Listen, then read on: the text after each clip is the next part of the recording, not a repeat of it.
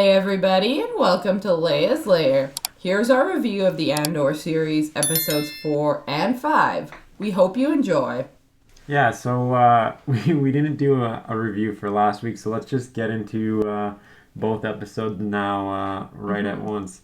So last week we got to see Luthen's antique shop, which was filled with goodies. So that was a very cool scene. Definitely giving a lot of nods to different things in there. We saw the holocrons in his shop and things like The armor. yeah, like Star Killer's armor. So yeah, that was a really cool scene from episode 4. I thought it was kind of interesting too because it definitely shows like the other side of him. Like this is like his cover for what he actually does. Yeah, and we see a little bit. We see a little bit more of it too in episode 5 as well. Where he's waiting and he's kind of nervous for what's to come in episode 6, right? And his assistant is also in on his scheming, which is kind of cool. Yeah, so she's helping him in episode 4, like guide the guy away, and then also like trying to make him not worry so much in episode 5 here. And I just really like that we're getting more characters too. Totally. So obviously, we got Mon Mothma last episode. We got more of her in this week's episode as well. And it's just interesting to see because obviously she is struggling with things in her home life as well. Yeah. Where her daughter and her husband don't seem to be on the same page as her. So I feel like she feels she has to hide from them and from everyone else what's going on with the rebellion. Totally. I mean, it's a classic case of just being split. You know what I mean? Like she has her home life that she's trying to maintain, and then she has her senator life, but then she has this other like secret life that like nobody can know about. And it's definitely creating some tensions at home, and it's kind of sad to see between her and her husband or partner and her daughter, I'm assuming. So and it's just it definitely gives more background depth to this character. I mean, I know we see her in the original trilogy there, right? So to get more information on her character and more of a backstory and how she joined the rebellion and stuff like that, it's cool. It adds a little bit more depth, which is something that I feel like everyone can appreciate, right? Totally. And starting with episode 4, we get Andor meets everyone. He's getting brought into the crew to go rob the Empire. The mercenary. Clem. Yeah, as Clem, which is really cool because we're seeing how they're planning this and we're getting a lot of character development towards Andor and like how he interacts with all his crew.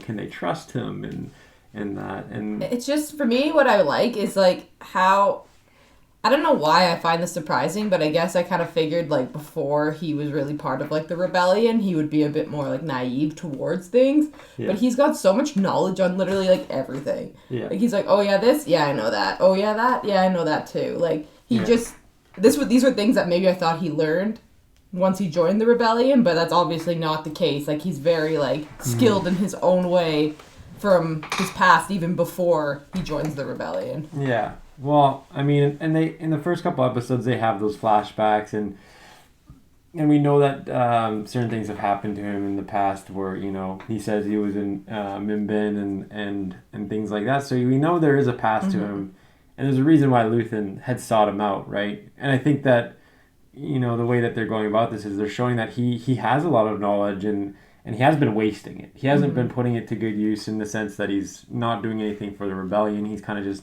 making his own way in the galaxy, not really doing too much. So it is cool to see that he's putting his skills to use, or is going to be. And yeah, the episode. So these last 2 episodes have been slower, but I don't mind the pacing of it. No, me neither. It's setting up for that mid-season finale, and I really enjoyed it. Like I enjoyed the pacing of the last episode. I was like, okay, it's slowing things down a bit, and this one was the same, but it was upping the ante. So I actually appreciated this a little more. I kind of like it though. Like not every episode needs to be action-packed. Not every episode needs a chase scene. Like, you Agreed. need these, like, preliminary episodes to build characters and build their relationships with each other. So it's like, I don't know. I kind of like it. It's building up. It's really setting up for what's to come, I'm assuming, in the next episode. Yeah. And there, obviously there's going to be some stuff that goes down in the next episode, but we don't know exactly what. But the tensions are high. I really like the interaction between Skeen and Cassian, or as he knows him as Clem, and how he just doesn't trust him, And, but, like, how could you trust somebody? Like, I kind of get it. Like, this guy just came out of nowhere. Yeah. And that whole interaction is really cool because, afterwards, then Cassian comes out. He's like, I'm being paid. He's demonstrating his trust. He's like, okay, I'm going to put my trust in this group. And just put it all out there because I want to make sure that I'm going to be okay in this mission. Yeah. Go ahead, sorry. Yeah. I was going to say, he's creating those ties with these characters now. Like, I think he feels more involved in it. I don't think it's just about the money. And that's maybe why he said that. I think he's also demonstrating, though, his, like, experience, right? Like, that he's done things like this, that he can be trusted because he's like, these are just your pre-day nerves. Like, don't take them out on me. Everybody gets them. Yeah. You can tell he's, like, dealt with this kind of thing before, and he's trying to, I guess, make that point known so that maybe the tensions don't run so high, but also so maybe the team can trust him a bit more. Yeah. I think he knows that he needs that trust. He doesn't need Skeen, questioning him or, anything like that. And I'm just going to put this out there because based on interactions, Nemec's character, he's an interesting character. He's playing around with the tech. He's telling him about his his journal or memoir that he's writing. And it's just like, Ian, they're giving him all this character to him. I just think he's going to die. Yeah, I think, to me, it's like the classic case of, like, new guy comes in, everybody's untrusting of him. One guy's nice to him, is nice to everybody. They go and do, like, whatever they're going to do. Nice guy dies. Yeah. Everybody else blames new guy, and chaos ensues afterwards. Yeah. That's my prediction. I think that it'll go down a little bit differently. I think that what's going to happen is he's going to get, like, shot or something. And Andor is going to be the only one to actually try to help him while everyone else leaves him. Oh, yeah, that's also kind of what happens sometimes, too. Being like, you guys, doesn't matter, you guys have been here for months, like, you lost your nerves and you didn't hold up what you were going to do. Mm-hmm. So I think it's going to be something like that, and that's why he's going to prove himself. But also, or maybe it's going to, like, he's going to be so distraught over it that's going to, like, push him more towards the rebellion, to hate the Empire even more than he already does. Yeah. And that's what's going to push him to join it. Yeah. Good theory. Yeah. I agree. We're just theorizing at this point, but that's the way I'm leaning towards. That's what I think is going to happen. True. And same with I'm sure what's going to happen with Syril's character. Oh, too. Man, he got demoted hard. He's back at home with his mom. She slapped him in the face. That was brutal. Yeah, he's just sitting there eating his Fruit Loops. Right.